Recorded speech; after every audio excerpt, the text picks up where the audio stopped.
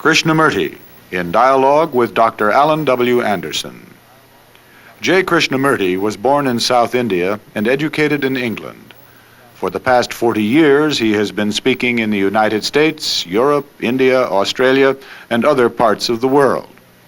From the outset of his life's work, he repudiated all connections with organized religions and ideologies and said that his only concern was to set men absolutely, unconditionally free. He is the author of many books, among them The Awakening of Intelligence, The Urgency of Change, Freedom from the Known, and The Flight of the Eagle. This is one of a series of dialogues between Krishnamurti and Dr. Alan W. Anderson, who is professor of religious studies at San Diego State University, where he teaches Indian and Chinese scriptures and the oracular tradition. Dr. Anderson, a published poet, received his degree from Columbia University and the Union Theological Seminary. He has been honored with a Distinguished Teaching Award from the California State Universities. Mr. Krishnamurti, last time we were speaking together, we were going into beauty. And just as we came to the end of our conversation, the question of seeing and its relation to the transformation of man, which is not dependent on knowledge or time, was something we promised ourselves we would take up next time we could come together. That is, so what is seeing, and what is listening, and what is learning? I think there are three related to each other: seeing, learning, hearing, and seeing. Mm-hmm. What is seeing? Perceiving. Do we actually see? Or do we see through a screen, darkly? Screen of prejudice, screen of our idiosyncrasies, experiences, our wishes, pleasures, fears. So, and obviously our images about that which we see and about ourselves. So we have these screen after screen between us and the object of perception. So do we ever see the thing at all? Or is it the seeing is colored by our knowledge, botanical experience, so on, so on, so on, or our images which we have about that thing, or the belief in which my mind is conditioned, the mind is conditioned, and therefore prevents the seeing? Or is the memories which mind has cultivated prevents the seeing? So seeing may not take place at all. Mm-hmm. And is it possible for the mind not to have these images, conclusions, beliefs, memories, prejudices, fears, and without having those screens, just to look?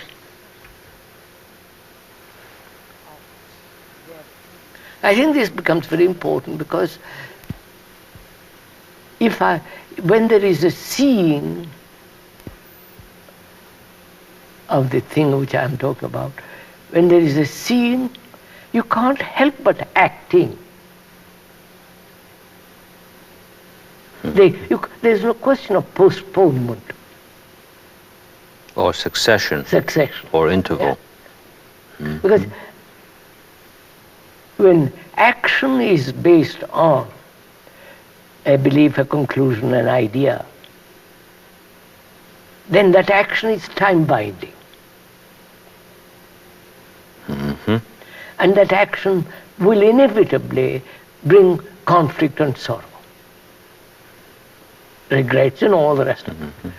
So it becomes very important to find out what it is to see, to perceive, what it is to hear. Do I ever hear? When one is married, as a wife or a husband, or a girl or a boy, do I ever hear her or him? Or I hear her or him through the image I have built about her or him, through the screen of irritations, screen of annoyance, domination, all that dreadful things that come in relationship. So, do I ever hear directly what you say, without translating, without transforming it, without twisting it? Do I ever hear a bird cry, or a child weep, or a man crying in pain? You follow, sir? Do I ever hear anything? In a conversation we had about a year ago, I was very struck by something you said, which I regard as, for myself personally, immensely valuable. You said that hearing was doing nothing to stop or interfere with seeing. Hearing is doing nothing to stop seeing. Seeing. That is very remarkable, because in conversation, the notion of hearing is regarded as intimately associated with command. We will say, won't we, now hear me out. And the person thinks that they have to lean forward in the sense of do something voluntarily. Right.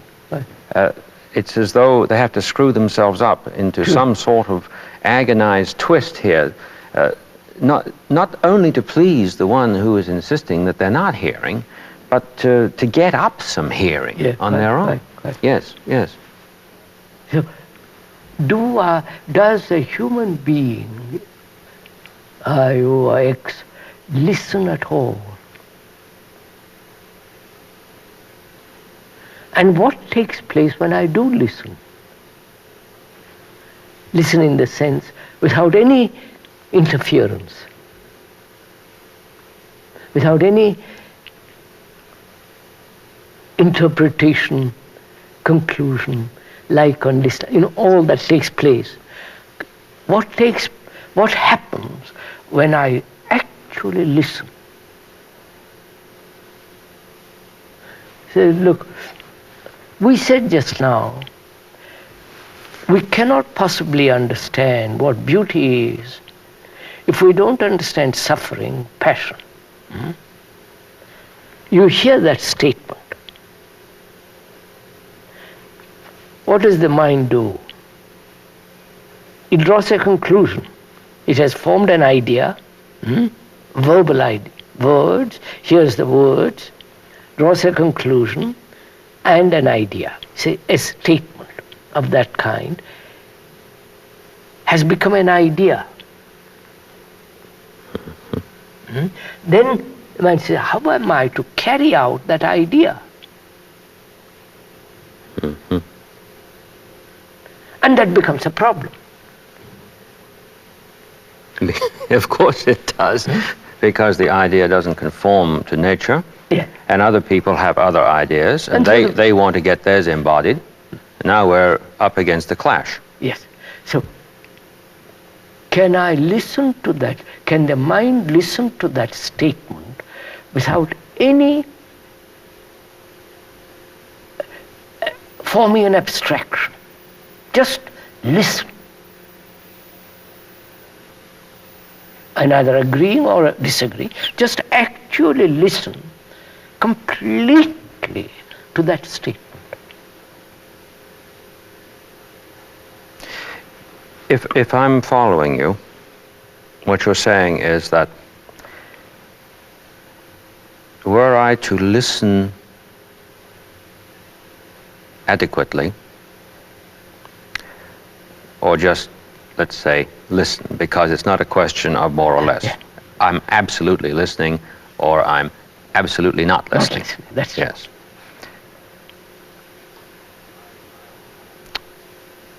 I would not have to contrive an answer. No, because you are in it. Yes. So, like the cat, the action and the seeing are one. Yes, They're one act. that's right. They're one act. That's right. That's Yes. right.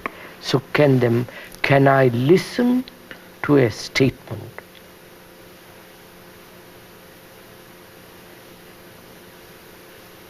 and see the truth of the statement or the falseness of the statement, not in comparison, but in the very statement that you're making. I don't know if I'm making myself clear. Yes, you're making yourself very clear. That is, I listen to this statement. Beauty can never exist without passion, and passion comes from sorrow. I listen to that statement. I don't abstract an idea of it or make an idea from it. I just listen. What takes place? You may be telling the truth, or you may be making a false statement. I don't know. Because I'm not going to compare. No. You're going to see. I just listen, which means I'm giving my total attention.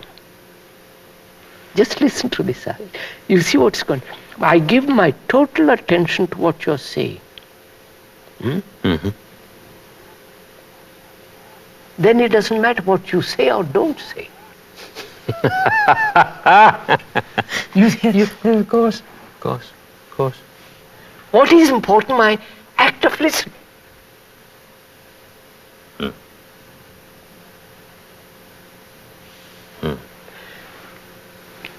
And that act of listening has brought about a miracle of complete freedom from all that your statements, whether true, false, real, my mind is completely attentive. What more? Without attention means no border.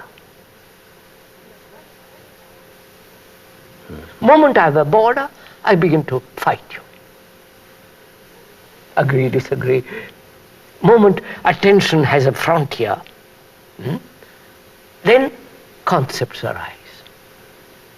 But if I listen to you completely without a single interference of thought or ideation or mentation, just listen to that, the miracle has taken place, which is my total attention absolves me, my mind, from all the statements. I don't know if I'm... Yes, you are. Therefore, my mind is extraordinarily free to act. Well, this has happened for me on this series of our conversations. With each one of these conversations, since this is being videotaped, one begins when one is given the sign, and we're told when the time has elapsed, and one ordinarily, in terms of activity in this sort, is thinking about the production as Yeah, such, of course. you see. But one of the things that I've learned is in our conversation, I've been listening very intensely, and yet I've not had to divide my mind. No, sir, that's the... And yet this is, if I'm responding correctly to what you have been teaching, well, I know you don't like that word, what you've been saying, and I understand why teaching was a wrong word here. There is that very first encounter that the mind engages itself Yes. in. Yeah. How can I afford not to make the distinction between paying attention to the aspects of the program on the production aspect of it and still engage our discussion? Right. But When you're a kid, the more intensely the you can do discussion everything. is engaged, the more efficiently Yes, the question. all the mechanism Yeah. is accomplished. Yeah. We don't believe that, in the sense that not only to start with will we not believe it, but we won't even try it out. There's no guarantee from anybody in advance. What we're told, rather, is this. Well, you'll get used to it. And yet performers have stage fright all their lives. So clearly they don't get used to it. No, sir, it is because, don't you think it is, our minds are so commercial. Unless I get a reward from it, I won't do a thing. And my mind lives in the marketplace, one's mind. Mm. I give you this, give me that. And there's an interval in between. You follow? Right. So, we are so used to commercialism, both spiritually and physically, that we don't do anything without a reward, without gaining something, without a purpose. Mm-hmm. It all must be an exchange, not a gift, but exchange. I give you this and you give me that. I torture myself religiously and God must come to me. It's all matter of commerce. Fundamentalists have a phrase that comes to mind with respect to their devotional life. They say, I am claiming the promises of God.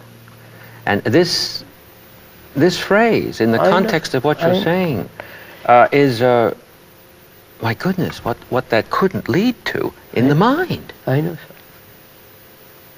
So, you see, when one goes very deeply into this, when action is not based on an idea, formula, belief, then seeing is the doing. Then what is seeing and hearing, which we went into, then the seeing is complete attention. And the doing is in that attention. And the difficulty is how people will ask, how will you maintain that attention? Yeah, and they haven't even started. Yeah, no, how will you maintain it? Yes. Which means they are looking for a reward. Exactly. I will practice it. I will do everything to maintain that attention in order to get something in return. Attention is not a result. Attention has no cause. I mean, what has cause has an effect, and the effect becomes the cause. It's a circle. But attention isn't that. Attention doesn't give you a reward. Attention, on the contrary, there is no reward or punishment. Because it's no frontier. I don't. Yes, this calls up an earlier conversation we had when you mentioned the word virtue, and we explored it in relation to power. Exactly. And we're told what is difficult for a thinking child to believe, given the way the child's brought up, but he's required somehow to make his way through it, that virtue is its own reward. Oh, that just is correct. And of course, it's impossible to see what is sound about that under the conditioned situation in which he lives. They're just an idea, sir. It's an idea. So now we tuck that back, and then later, when we need to remind somebody that they're asking too much of reward for something good that they did, we tell them, well, have you forgotten that virtue is its own reward? Yes. It becomes a form of punishment. So then, you see, seeing and hearing, then what is learning? Because they're all interrelated. Learning, seeing, and hearing, and action, and all that. It's all in one movement. They are not separate chapters. It's one chapter. Distinctions, no divisions. No, yeah. So what is learning? Is learning a process of accumulation?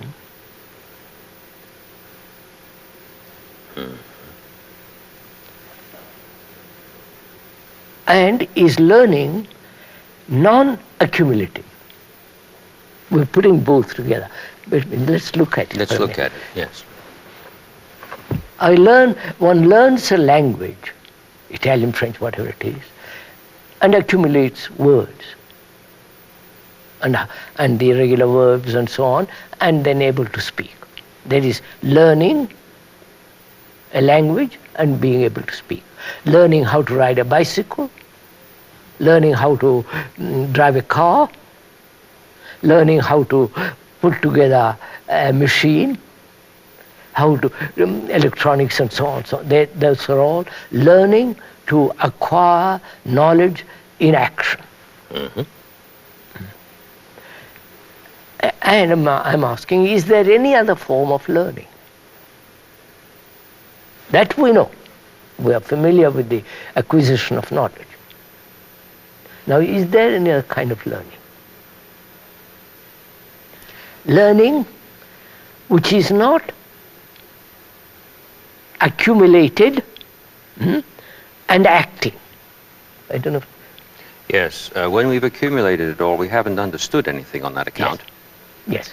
And I learn in order to gain a reward or in order to avoid punishment. I learn a particular job, a particular craft in order to earn a livelihood. That is absolutely necessary. Otherwise, now I'm asking, is there any other kind of learning? That's routine. That's cultivation of memory, and the memory, which is the result of experience and knowledge, that is stored in the brain and that operates. When asked to do, ride a bicycle, drive a car, and so on. Now, is there any other kind of learning, or only that? When one says, I have learned from my experience, it means I have learned, stored up from that experience certain memories, and those memories either prevent, reward, or punish.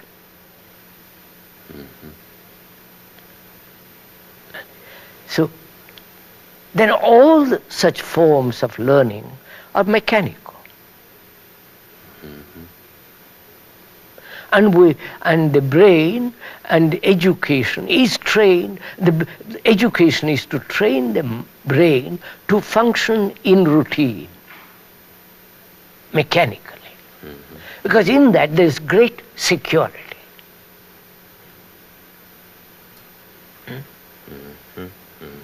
Then it's safe.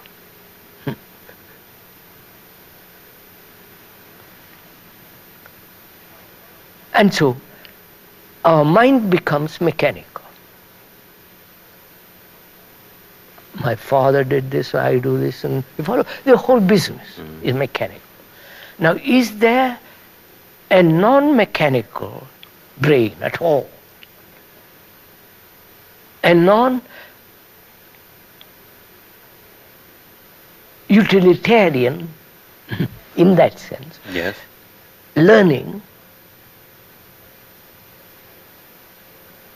which has neither future nor past, therefore not time binding. I don't know if I'm making this. Don't we sometimes say, I've learned from experience, when we wish to convey something that isn't well conveyed by that expression? We wish to convey an insight that we don't feel can be, in a strict sense, dated. Listen, you see, sir, do we learn anything from experience? We have had, from history began, written history, 5,000 wars. I read somewhere, 5,000 wars. Killing, maimed. And have we learned anything? Have we learned anything from sorrow? Man has suffered. Have we learned anything from experience of the agony of uncertainty and all the rest of it? So when we say we have learned, I question, you follow? It seems such a terrible thing to say, I've learned from experience. You have learned nothing except in the field of knowledge. I don't know. Yes, may I say Yes, sir, something here that just passed in recall? We were talking about sorrow before, and I was thinking of a statement of St. Paul's in his letter to the Romans, where there's a very unusual sequence of words where he says, we rejoice in tribulations. Now, some people have thought he must have been a masochist or something in making such a statement, but that certainly seems to me bizarre. We rejoice in tribulations.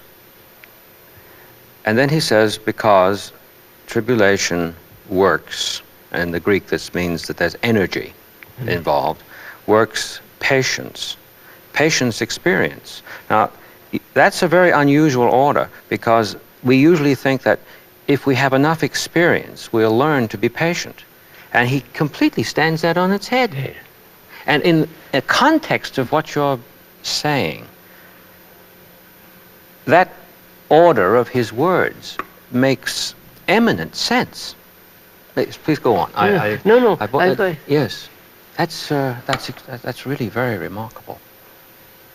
You see, sir, that's why our education, our civilization, all the things about us has made our mind so mechanical, so repetitive reactions, repetitive demands, repetitive pursuits, same thing being repeated year after year, thousands of things. My country and your country, I'll kill you, you kill me. You follow, sir? The whole thing is mechanical. Now, that means the mind can never be free. Thought is never free. Thought is always old. There is no new thought. Well, no, it's very curious in relation to a movement within the field of religion that calls itself, or did call itself, New Thought. Yes, I was laughing at the irony of it. Yes, goodness me. Some persons, I imagine, would object to the notion that we don't learn from experience in terms of the succession of wars, because wars tend to happen sequentially, generation to generation, and you have to grow up. But that's not true, because wars, more than one war, will happen very often in the same generation. And there hasn't been anything learned. About? 2 wars. Yes, hasn't been anything learned at all, at all. It's a terrifying thing to hear someone just come out and say, nobody learns anything from experience. No, the word experience also means to go through. Yes, yes.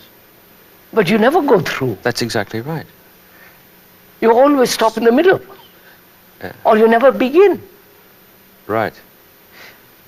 It means, if I'm remembering correctly, in terms of its radical root, means to test, to put to test, to put a thing to the test and behave correctly while that's going on. You simply have to see. You just have to look, don't you? Of course. Yes. So that comes. So, as our civilization, our culture, our education has brought about a mind that is that's becoming more and more mechanical, and therefore time-binding, and therefore never sense of freedom. Freedom then becomes an idea. You play around philosophically, but it's no meaning. But a man who says, now, I want to find out. I want to really go into this and discover if there is freedom.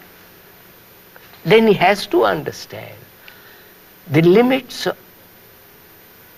of knowledge. Where knowledge ends, or rather, the ending of knowledge and the beginning of something totally new. I don't know if I'm conveying anything. You are. Oh, yes. That is, what is learning? If it is not mechanical, then what is learning?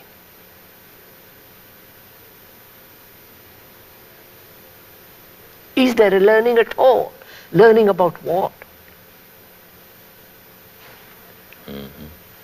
I learn how to go to the moon, how to put up this, that, and drive, and so on. In that field, there is only learning. Is there any learning in any other field? Psychologically, spiritually? Can I learn? Can the mind learn about what they call God? If in learning, in the sense that you have asked this question, no, I must rephrase that. Now, stop this ifing. When one does what I'm about to say, when one learns about God or going to the moon, in terms of the question you've asked, he can't be doing what you are pointing to if this is something added on to the list. Sir, look, yes, what of course. is so clear. Yes, it is. I learn a language. Ride a bicycle, drive a car, put a machine together. That's essential. Now, I want to learn about God. Just listen to me. The God is my making. God hasn't made me in his image. I have made him in my image. Now, and I'm going to learn about him. Yes, You I'm follow? going to talk to myself. Learn about the image which I have built. About Christ, Buddha, whatever it is. The image I have built. So I'm learning what? To talk about talk. Yes. learning about the image which I have built. Sorry? Therefore, is there any other kind of learning except mechanical learning? I don't know if Well, you understand my question? Yes, I do. Yes, I do. I certainly do. So, there is only learning the mechanical process of life. There is no other learning. Yes. And see what that means, sir.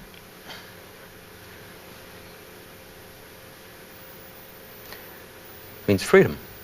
I can learn about myself. Myself is known. I mean, known in the sense, I may not know it, but I can know by looking at myself, I can know myself. So, the myself is the accumulated knowledge of the past. The me who says, I'm greedy, I'm envy, I'm successful, I'm frightened, I'm betrayed, I regret. All that is the me.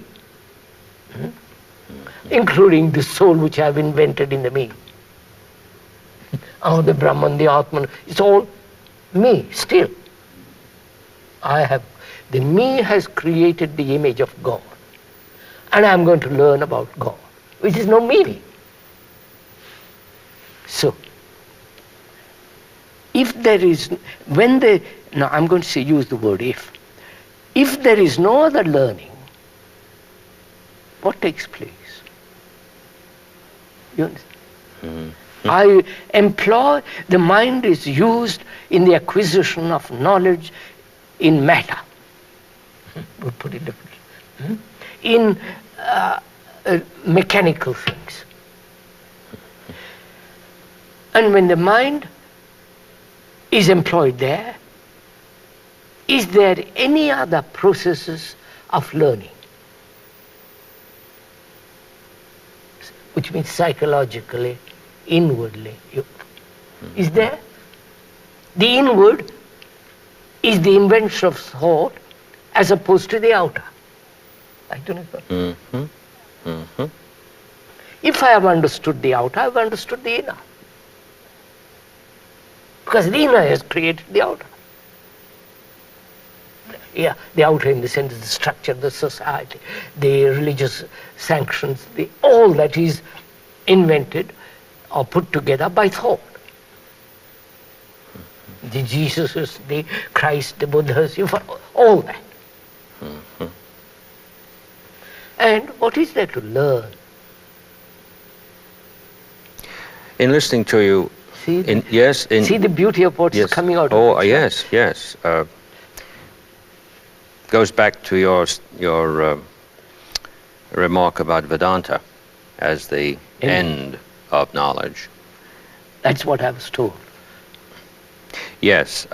The interesting thing to me about the Sanskrit construction is that, unless I'm mistaken, it doesn't mean the end of it as a terminus, as a term, because that would simply start a new series.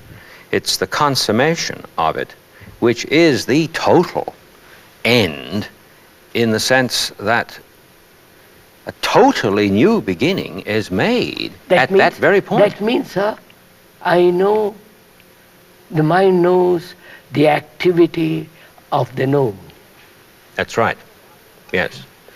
That's the consummation of knowledge. Yes. Of knowledge. Yes. Now, what is the state of the mind that is free from that and yet functions in knowledge? And yet functions in it. Yes. It is seeing perfectly. Don't go into it, you'll see very strange things take place. What is is this possible first? You understand? Because the brain and functions mechanically. It wants security. Otherwise it can't function. If we hadn't security, we wouldn't be here sitting together. Because we have security, we can have a dialogue.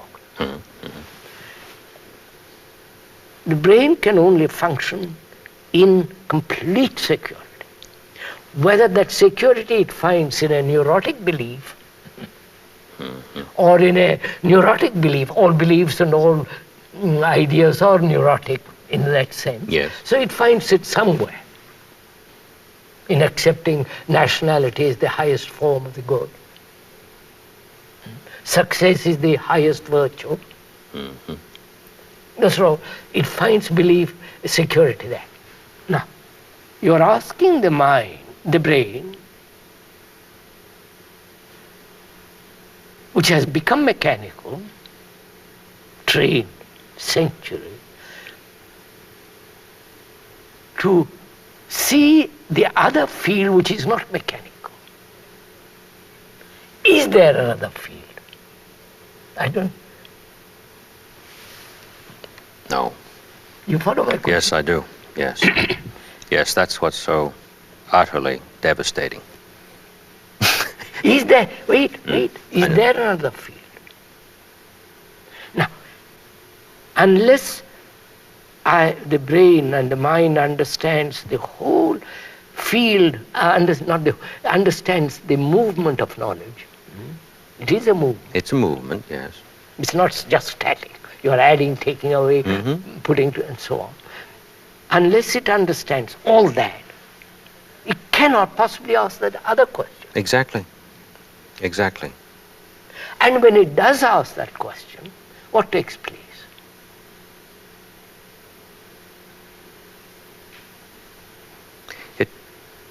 This is real meditation. You know? This is, yes, yes. Which we'll go into another time. So, you see, that's what it means. One is always listening with knowledge. Seeing with knowledge. This is the seeing through a glass darkly. Darkly. Now, is there a listening out of silence?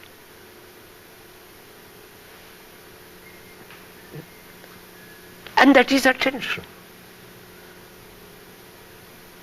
And that is not time binding.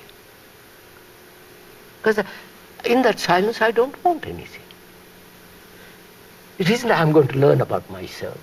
It isn't I'm going to be punished, rewarded. In that absolute silence I listen. The wonder of the whole thing is that it isn't something that is done. No. This meditation in succession. So when we talk about meditation, we'll have to go very deeply Yes. into that, because they have destroyed that word. These shoddy little men coming from India or anywhere, they have destroyed that thing. I heard the other day about someone who was learning transcendental meditation. Oh, you're learning. Well, it sounds. Of course. And they had to do it at 3 o'clock in the afternoon. Pay $35 or $100 to learn that. Yeah. And it's so sacrilegious. But if that is at 3 o'clock in the afternoon was Judgment Day. It was If you didn't. Yeah, if you didn't do it according to your schedule, then the world has obviously come to an end. But ostensibly you're doing it to get free of that. So do go ahead. Do go ahead. So you see, sir, that's what takes place. We began this morning about beauty, Yes. then passion, then suffering, then action. Action based on idea is inaction. It sounds monstrous, but there it is. And from that we said, what is seeing and what is hearing? The seeing and the listening has become mechanical. We never see anything new. Even the flower is never new, which has blossomed overnight. We say, yes, that's the rose, I've been expecting it, it has come out now, how beautiful. It's always from the known to the known. A movement in time, and therefore time binding, and therefore never free. And yet we're talking about freedom, you know, philosophy, the lectures on freedom, and so on, so on, so on. And the communists call it a bourgeois thing, which it is, in that sense. When you limit it to knowledge, it is foolish to talk about freedom. But there is a freedom when you understand the whole the movement of knowledge. So you observe out of silence, and observe and act in the field of knowledge. So both together in harmony. Seeing, then, is not scheduled. No. Yes, of course. Of course. What a... Yes.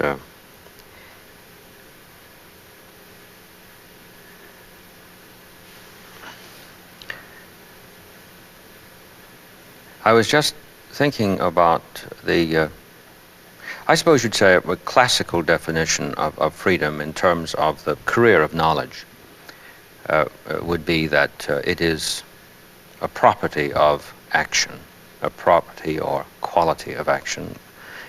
For general uses, either word would do, property or quality. And it occurred to me, in the context of what we've been saying, what a horror that one could read that statement and not let it disclose itself to you. Quite. If it disclosed itself to you, you'd be up against it. You'd have to be serious. If you were a philosophy student and you read that, and that thing began to operate in you, you'd say, I've got to get this settled before I go on. Maybe I'll never graduate. That's not important. That's not important. Quite right. Right. Yes. And I was thinking, in the West as well as in the East, you have to go to the factory or the office every day of your life.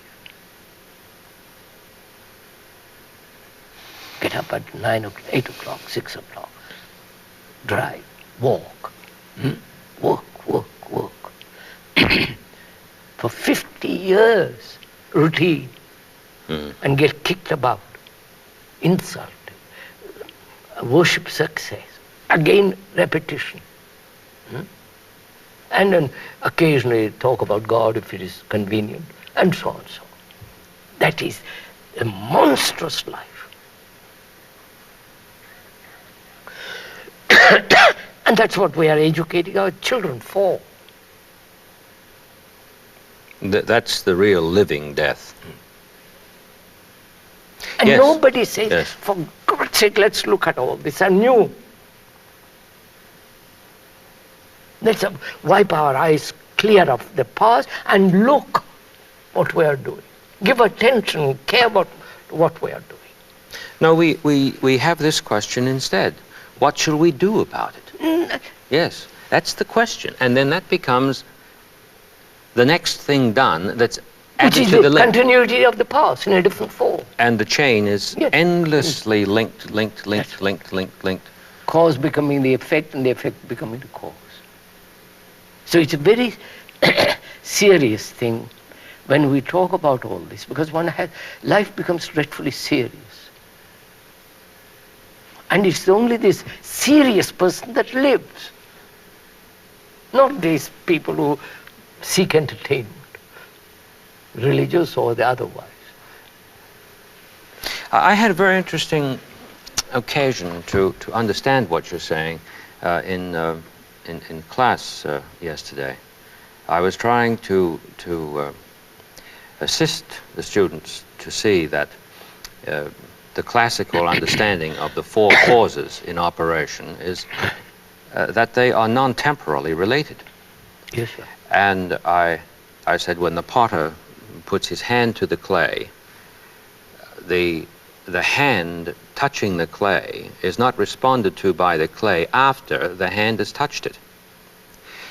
And one person who was visiting the class, this person was a well-educated person, and a professor. And this struck them as maybe not so. And I could tell by the expression in the face that there was a little anguish here. So I said, well, my radar says that there's some difficulty going on. What's the matter? Well, it seems like there's a time interval. So I asked them to pick something up that was on the desk, and I said, well, now touch it with your finger and tell me at the moment of the touching with the finger whether the thing reacts to the finger after it's touched. Now, do it. Well, even to ask somebody to apply a practical test like that with respect to a datum of knowledge, like the four causes are is to interrupt the process of education as we've known it. Right. Because you teach a student about the four causes, and he thinks about them. He never goes out and looks at a thing or does anything about it. And so we spent about, well, we were picking the stuff up in class, and we were doing this until finally it seemed like a revelation that what has been said in the classical teaching of it, which of course in modern society is rejected, happens to be the case. And I said, this has to be seen. Watch. This is what you mean. Yes, sir. Seen, of course. Of course, of course. But we're back to that step there. Why was that person and so many other students following suit anguished at the point where the practical issue arose? There was a feeling, I suppose, that they were on the cliff. Right. And naturally, alertness was required. But alertness registers that we're on a cliff. Right. So therefore, the best thing to do is turn around and run back. Yes, yes. So I think, you see, we are so caught up in words. To us, the word is not the thing. The description is not the described. To us, the description is all that matters. Because we are slave to words. And to ritual. Ritual and all the rest of it. Yes. So when you say, look, the thing matters more than the word, and then they say, how am I to get rid of the word? How am I to communicate if I have no word? You see how they've gone off? They're not concerned with the thing, but with the word. Yes. And the door is not the word. So, when you are caught up in words, the word door becomes extraordinarily important. And not the door. And I don't really need to come to terms with the door, I say to myself, because I have the word. Exactly. I have it all. So that's what you see, education has done this. A great part of this education is the acceptance of words as an abstraction from the fact, from the what is. All philosophies are based on that. Theorize endlessly how one should live. And the philosopher himself doesn't live. Yes, I know, especially some philosophies that have seemed to me quite bizarre in this respect. I've asked my colleagues from time to time, well, if you believe that stuff, why don't you do it? And they look at me as though I'm out of my mind, as though nobody would really seriously ask that question. Right. But if you can't ask that question, well, what question's worth asking? Right. Yes. And I was thinking about that marvelous story you told in our previous conversation about the monkey while you were speaking about this. When she shook hands with you, nobody had told her how to shake hands. No, it stretched out. Yes. And I took it. Wasn't something that she was taught how to do through a verbal communication. It was the appropriate thing at the time. Without anyone measuring its appropriateness. Quite. Isn't that something? Yes, I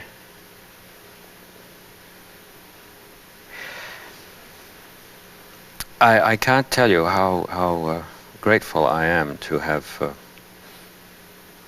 been able to share this with you. I've